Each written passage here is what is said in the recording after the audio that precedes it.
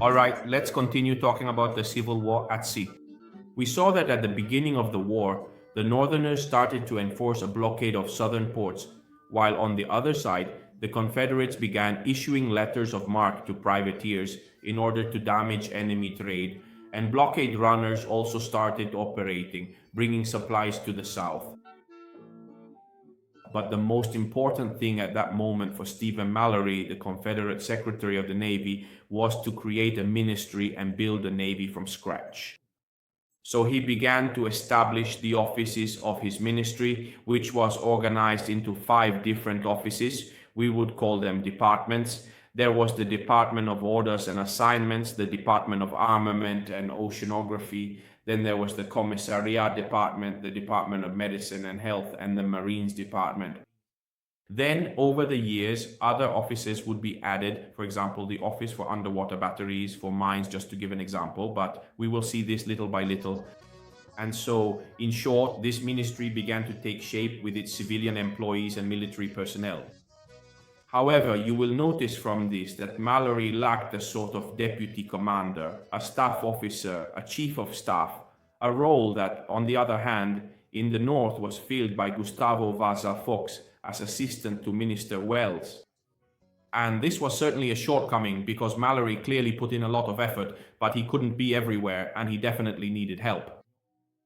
Help that, however, would never come. He would never have a deputy or, in any case, someone who could prepare the work for him in advance. But now the problem became that of training the officers and the ranks in the Navy. We saw that some officers of the United States Navy had resigned and made themselves available to the Confederate States.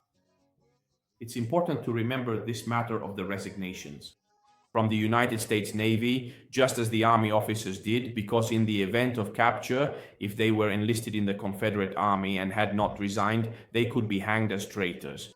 Instead, with their prior resignations, they were already in the clear. At most, they risked being imprisoned, but certainly not executed. And so the officers start to arrive, as we can see.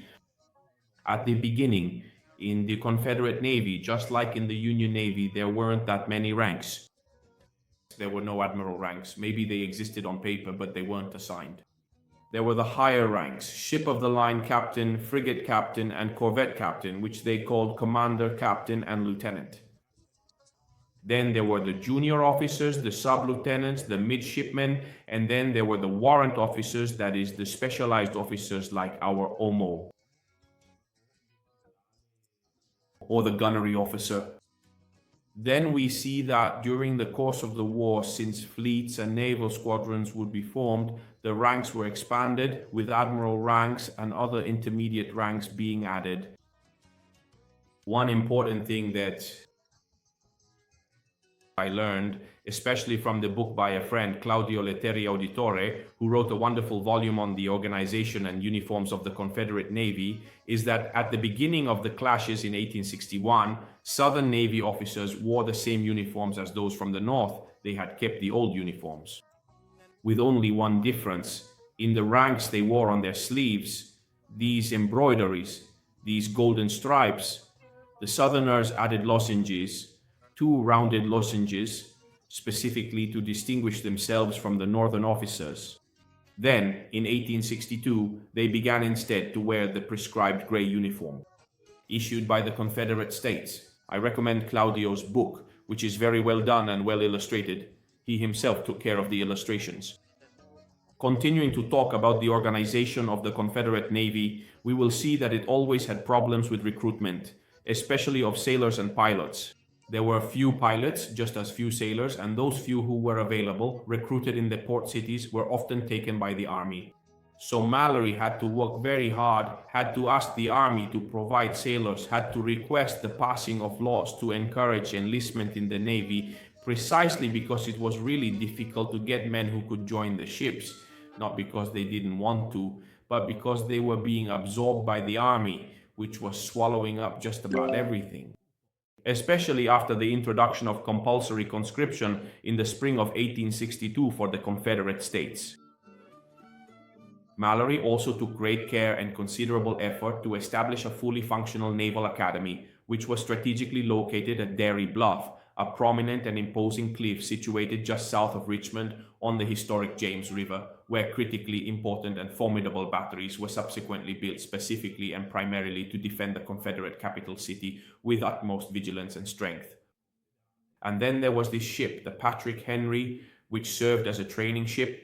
This was because Mallory did have officers from the old United States Navy, but they were very old, and there were very few who were truly effective. He wanted to have young, enterprising personnel, and as we will see, he would later implement important reforms during the war. So we see that a structure is beginning to take shape, which, even in terms of ranks, closely mirrors the structure of the Union Navy. But one very important thing I want to emphasize is that Mallory had already understood the importance and the interconnection between naval and land operations. For this reason, an officer of the Confederate Navy could also hold an army rank in order to avoid disputes over who had command over what, precisely to allow these two armed forces to collaborate in operations and to have a single command center. The Union Navy Secretary, Gideon Wells, was very good at immediately organizing a staff of people to support him and follow him, precisely because he did not have much experience with the Navy. Yes, he had been in charge of the depots years before, but he still lacked a lot before he could be capable of directing a war strategy.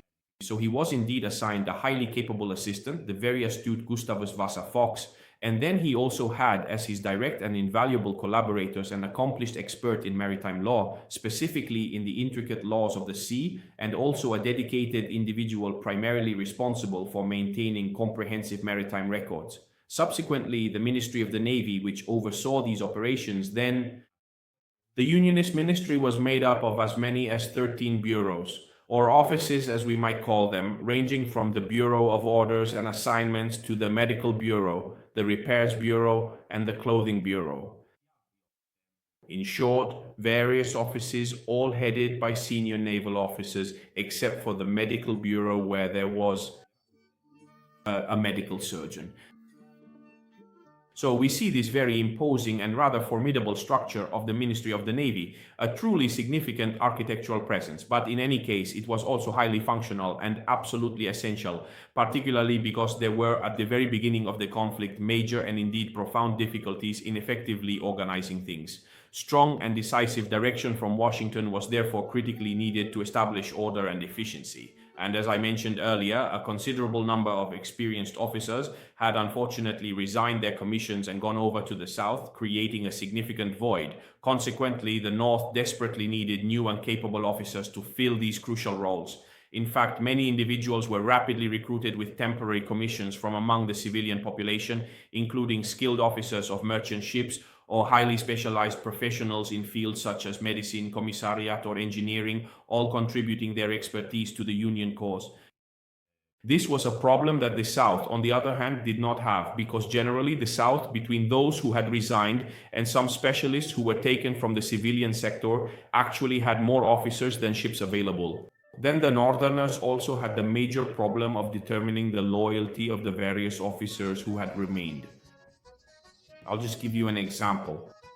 Two truly great Navy officers who would ultimately distinguish themselves with remarkable valor and dedication during the American Civil War, Admiral David Farragut and Admiral David Dixon Porter, who, by the way, were actually half-brothers, adopted brothers, sharing a familial bond, were initially viewed with a great deal of suspicion because Farragut was of Southern origin and had also married a Southern lady, a fact that raised many eyebrows at the time. And the very same could certainly be said for David Dixon Porter, who, although he was originally from the northern state of Pennsylvania, had nonetheless married a Southern woman from a very important and influential family, who probably at first tried to convince their respective husbands to join the Confederate Navy, also in order to advance their careers much more quickly than they could have in the pre-war Union Navy, which was often slow to promote. It really took years to advance in their careers precisely because there were so few positions available, and to be promoted you had to wait for a superior officer to either die, resign, be dishonorably discharged, or decide to retire. You can understand that years would go by and someone could still be a midshipman before moving up in rank, whereas perhaps in the Southern Navy there would have been more opportunities, at least at the beginning, precisely because there was a need to rebuild a new navy. However, we will see that fortunately for the Unionists, Farragut and Porter would remain in the Union ranks and would demonstrate all their worth and loyalty to the Union cause. I want to mention this small act of revenge that the Union Navy Department took against the Southern officers who resigned. At a certain point, when a number of resignation requests started coming in and the war was now imminent, if the first shots at Fort Sumter hadn't already been fired, the Union Navy Department began to reject resignation requests and, in fact, started dishonorably discharging those officers who wanted to join the Southern side. A small act of revenge because, after all, it was disgraceful for an officer. Being dishonorably discharged was like a kind of stain, even if these officers who went to fight for the South probably didn't care much about it. Still, it was a small act of revenge that the Washington bureaucracy took against these, in their eyes, traitors and rebels. Let's simply conclude by saying that the Union Navy then began to organize its own naval squadrons, organized precisely into squadrons, those that operated the naval blockade in the North Atlantic, the South Atlantic, the Gulf of Mexico to the east and west. Then there were squadrons in the Pacific, squadrons in the Mediterranean, while flotilla was the term used for those groups of ships, often commanded by a ship's captain, that operated on the rivers. However, soon enough, a true squadron was established on the Mississippi, precisely because the width of this river and the importance of the operations made it as significant as a maritime or oceanic theater of war. On the other hand, for the Southerners, who did not have ships operating abroad, there too we would have both squadrons and flotillas. Thank you. But for the most part, they were naval squadrons stationed in the main southern ports, on the James, at Charleston, at Galveston, and at Mobile. What kind of numbers are we talking about for the Confederate Navy? Well, the Confederate Navy never exceeded 5,000 members, including both officers and sailors, as well as the so-called civilian officers, who held technical positions such as doctors, the engineering officer, the paymaster of the commissary. These were all officials who, although they had a rank and a uniform, were not true line officers and could never have commanded a ship. So, with all these military personnel, including the Marines, which amounted to just one battalion, the total reached about 5,000 men. Just think that in the Union Navy, at a certain point towards the end of the war, the number reached over 60,000 people. So you can clearly see the disparity, not only in resources but also in manpower, between the Confederates and the Unionists. But despite this, Mallory began to take action, to find funds because there was a navy to build. Now there was a need to build ships, to buy or to acquire those that were already in circulation in the South, the few that remained in southern ports, or to purchase them in Europe. So we see that the real problem was precisely this: finding the necessary funds. I remind you that in addition to, as I've already explained in other episodes, the chronic shortage of money, of hard currency on the part of the Confederates, who then tried to obtain loans in Europe, to issue cotton certificates. But the problem for the Navy was that it didn't have its own budget. We might say it was a ministry without a portfolio. That is, every time it needed funds, it had to request them from the Treasury Department, which led to delays and price fluctuations because the Confederate dollar would quickly lose value, and this was a very serious problem, which would certainly also have an impact on the Navy's investments. For now, however, in 1861, taking advantage, so to speak, of a sort of calm before the storm, after the first major battle of the war, which took place in July 1861, the Battle of Bull Run, where the Southerners managed to repel the attack of the Northerners, who were steadily advancing toward the Confederate capital city of Richmond, there were a few months of an uneasy stalemate, with virtually no major military operations taking place, and this crucial period gave Stephen Mallory, first and foremost, the much-needed time to commence the vital process of building new ships in the southern states, especially powerful and formidable ironclads. He had this idea, as I mentioned earlier, in his plan to build a few ironclad ships that could, first of all, break the blockade. the enemy's naval blockade, and then also to build ships. We've seen other ocean-going ironclads in England and fast cruisers that would destroy enemy commerce. But the fundamental problem was indeed very serious. In other words, the monumental task of building ships in the southern states was an almost titanic undertaking, primarily because the South was predominantly an agricultural country. So even though it possessed abundant raw materials, it had ample timber, significant iron ore, readily available lead, and even the distinct possibility, how can I adequately express it, to extract essential materials like coal, saltpeter, and sulfur, which are crucial for manufacturing black powder. It simply did not have the necessary industrial facilities to properly process these vital resources. That is to say, the Southern Confederacy had to initially start by constructing the shipyards themselves from the ground up, and even establish the manufacturing factories required for such an ambitious endeavor. In order to extract and process these materials, they were really starting from scratch. Then, the great problem that the Confederate States always had to face was the lack of time. The enemy was always at the gates, except for that period I mentioned earlier. There was a need to build rolling mills, foundries for cannons, and rope walks to make ropes. Well, the Navy managed to do it. They built them and even managed to achieve self-sufficiency when it came to medicines and food, but it took time, and these materials were needed immediately, so the Ministry of the Navy was always a bit behind, trying to catch up. Then there were, as I was saying, few skilled workers, few specialized pilots building the machinery, the machines. The steam engines, it was an almost titanic undertaking because there were no industries capable of building them. The Predegar Iron Works of Mr. Anderson in Richmond managed to do it, but it took time. They had to adapt some machinery, some parts were brought from England, but in any case, it was always a handcrafted construction, not mass-produced, meaning that craftsmen, very skilled, somehow managed to adapt and make these machines work, but it was not possible to reproduce them elsewhere. Then there was the enemy was always at the gates, constantly threatening. Let's say, for instance, you set up an iron mine in Tennessee, the enemy would inevitably come, steal it, occupy it, and there were numerous significant problems. The interference from the army, which would take the materials, take the money. There was the problem of railway transport. The southern railways were in disastrous condition during the war and would only get worse. So maybe you built a machine, say the engine for an ironclad, and you couldn't get it to where they were building it because there weren't efficient railways. So it was truly a vicious cycle. And it's almost incredible that the Confederates still managed to start the construction. Just think of as many as 150 ships, of which 25 or 26 were ironclads. Obviously, not all of them were completed, not all of them entered service, but the effort was truly titanic. If you consider that, on the other hand, the Unionists had shipyards in the north and built twice or even 3 times as many ships during the war. But at that moment, it was the only possible strategy. The effort had to be made, and somehow they had to try to build this small navy that could in some way support the Army's armed forces. And what helped Mallory in his work was the conquest of Norfolk.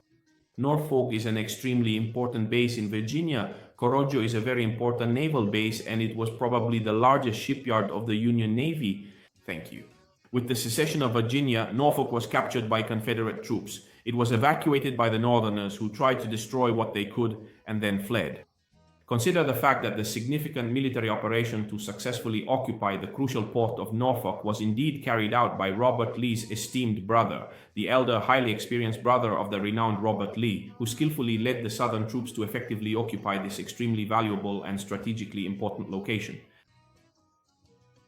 This extremely valuable naval base, the Southerners found a large quantity of gunpowder, ammunition, and above all, nearly 200 heavy caliber cannons, which they began distributing to the various coastal forts that protected their ports and inlets.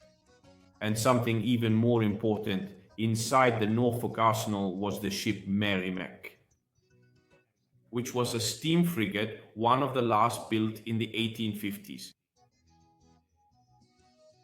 Truly one of the best ships the old Union Navy had, but it was constantly having problems with its engines, so it had been brought into the shipyard for repairs.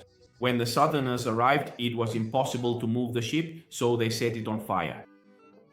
However, by setting fire to a ship, which was in a dry dock, obviously it partially sank and the water put out the fire, so in the end most of the structure was saved. So Stephen Mallory, together with his trusted and capable collaborators, Navy Lieutenant John Brooke and the skilled designer Porter, began to carefully consider using the Merrimack to construct a powerful ironclad warship. In fact, it was the most economical and practical thing to do at that particular time. They ingeniously used the existing hull of the Merrimack, carefully cut it down to a lower profile, and then, on top of this modified structure, they essentially constructed a robust, triangular-shaped casemate, much like a steeply sloped house roof, specifically designed and engineered to effectively deflect incoming cannon shots. This innovative design ensured that this rather strange-looking and certainly not aesthetically beautiful ship would be entirely invulnerable, fully armored, and impervious to explosive shells, which were so dangerous for wooden ships. Ironclads, on the other hand, were built precisely, as I mentioned in other episodes, to withstand these terrible shells. The waterline was very low, meaning the America, which was later officially renamed the Virginia, had meticulously covered almost its entire massive hull so that only the heavily armored casemate with its formidable gun ports was left visible above the water's surface. I vividly recall that the formidable shells fired from the Python-type cannons, specifically the powerful Dahlgrens utilized by the Americans, would consistently bounce harmlessly off the surface of the water, which inherently meant that they simply could not penetrate or go underwater. This crucial fact implied that the vulnerable wooden part of the ship located below the waterline was, for the most part, generally considered quite safe and secure from such attacks. This Virginia project moved forward. Work began in the summer of 1861, and despite many difficulties, they managed to make progress in the following months, as we will see in the spring of 1862. It would be ready, but in the meantime, they had to face all these difficulties. There were no rolling mills capable of working iron to the required thickness. In fact, the Predigar Ironworks ended up constructing two overlapping layers, one horizontal and one vertical, of iron plates to achieve the 4-inch thickness needed to withstand cannon fire. As I was saying, there was no facility, no factory that built the engines, so they reused the damaged, submerged engines from the Merrimack, which always caused a lot of problems, but in the end, they managed to get them running again. However, this gave the Merrimack, later the Virginia, a very modest speed. Well, let's leave John Porter and John Brooke to build the Virginia, and let's look at some of the other key events of 1861. We see that Mallory, in order to build ships in England, sends a naval officer, Bullock, to England specifically to make contacts and start having these ships built somewhat secretly, away from the eyes of US ambassadors and diplomats. Bullock would then remain in Europe for the entire war, proving to be an excellent Confederate agent. The only problem was that he would later be joined by other figures like North and the oceanographer Maury, who, due to the lack of hierarchy among them, would always be competing with each other, diverting funds instead of concentrating all available resources toward a single goal. Each one would focus on their own projects, not exactly hindering the others, but certainly diverting resources and time that could have been better concentrated on a single objective. This was definitely a major mistake on Mallory's part. He should have established a hierarchy, a clear order of priority among these agents. In any case, Bullock manages to make it to England. The first important thing he does is purchase the Fingal, a ship, I believe a transport vessel, which he buys using funds from both the Navy and the Army. He loads it up with the largest shipment of military supplies of the entire war, ammunition, weapons, and more. He manages to get it through the blockade, enter Savannah, and deliver all these crucial munitions. Then, after that, Bullock will return to England to continue his important work, while the Fingal will steadfastly remain there in Savannah.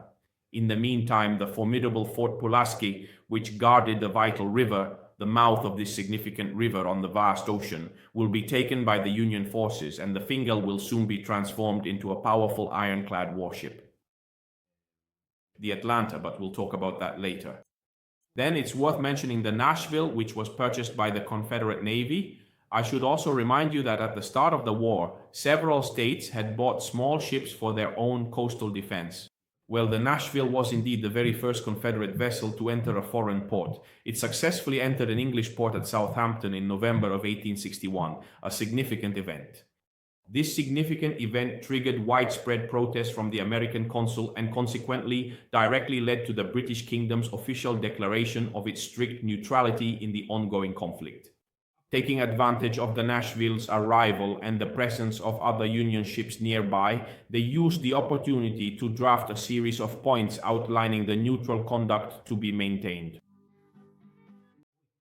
There's something else to mention specifically about the Southern Fleet. That very year, the first ironclad would be built in New Orleans. We all tend to think that the first Southern ironclad was the Virginia, which was indeed under construction in the summer of 1861, but in reality, it was the Manassas, which was originally a transport vessel.